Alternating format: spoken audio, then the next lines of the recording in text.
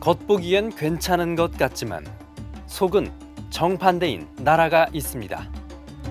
보기 탐탐. 세계 인구수 2위 발리우드 하면 떠오르는 국가 바로 인도입니다. 위대한 선교사인 윌리엄 켈리를 포함한 많은 선교사가 활동했던 땅이기도 한데요. 현재는 어려운 상황이라고 합니다. 인도에는 힌두교와 이슬람이 각각 80%, 14%로 대부분을 차지하고 있고 기독교는 고작 3% 비율을 차지하고 있습니다. 2014년 힌두교 성향이 강한 인도 인민당이 집권한 이후 더 극단적으로 과격한 힌두주의 경향을 보이고 있죠. 여기에는 인도 인민당이 추구하는 완전한 힌두교 국가에 대한 의지가 담겨 있습니다. 워낙 힌두교의 힘이 막강해서 29개 주 중에서 8개 주는 이미 반개종법을 통과시켰습니다.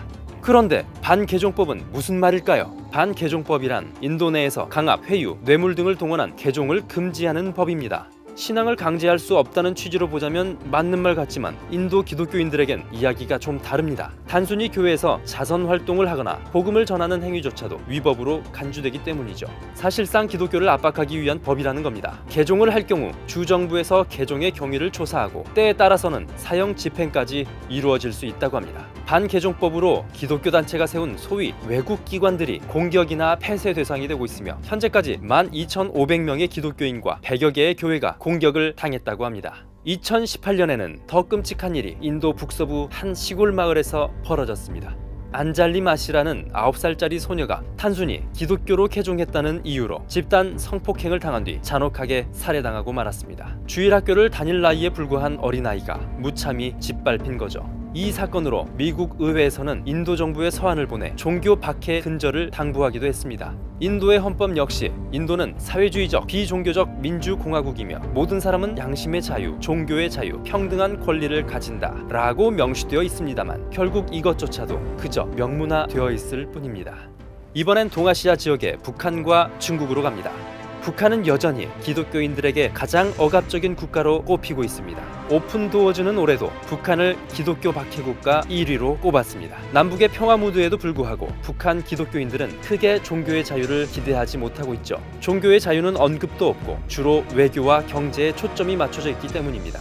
이 문제를 공식적으로 다루지 않는 이상 북한의 지하교회 기독교인들은 계속해서 두려운 시간을 보낼 수밖에 없습니다. 오픈도어즈는 북한에 약 20만에서 40만 명의 기독교인이 있고 약 5만에서 7만 명가량이 수용소에 갇혀 있다고 추정합니다. 여기서 잠깐! 북한이 2002년에 제출한 UN 인권위원회 보고서엔 기독교인이 12,000명으로 되어 있고 UN과 기독교 박해감시단체는 20만에서 40만 명으로 추산하고 있습니다. 통계 수치가 이렇게 큰 차이를 보이는 것은 바로 공식적인 통계조차 꺼리는 북한 사회의 폐쇄성 때문이라 할 수 있을 것입니다.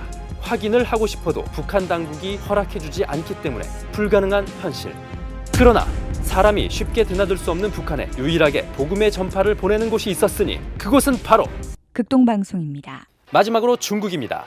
중국은 2018년 2월 1일부로 종교 사무조례를 시행했습니다. 종교 사무조례란 중국 정부의 통제하에 종교의 자유를 두는 것으로 종교를 철저한 통제의 대상으로 보는 겁니다. 종교 사무조례 제1조를 보면 종교 신앙의 자유가 보장되는 것 같아 보입니다. 그러나 사실은 철저한 감시하에 겉보기식 종교 생활을 보장한 것에 불과하죠. 정부의 승인받은 장소에서 집회를 해야 하고 기부금에 제한을 두며 가정교회 형태는 결코 인정하지 않기 때문에 철저한 단속 대상입니다. 중국이 기독교에 대해 거부감을 가지고 있다는 사실은 제5조에서도 드러납니다. 각 종교는 독립, 자주, 자영의 원칙을 견지하며 종교단체, 종교활동장소, 종교사무는 외국 세력의 지배를 받지 않는다.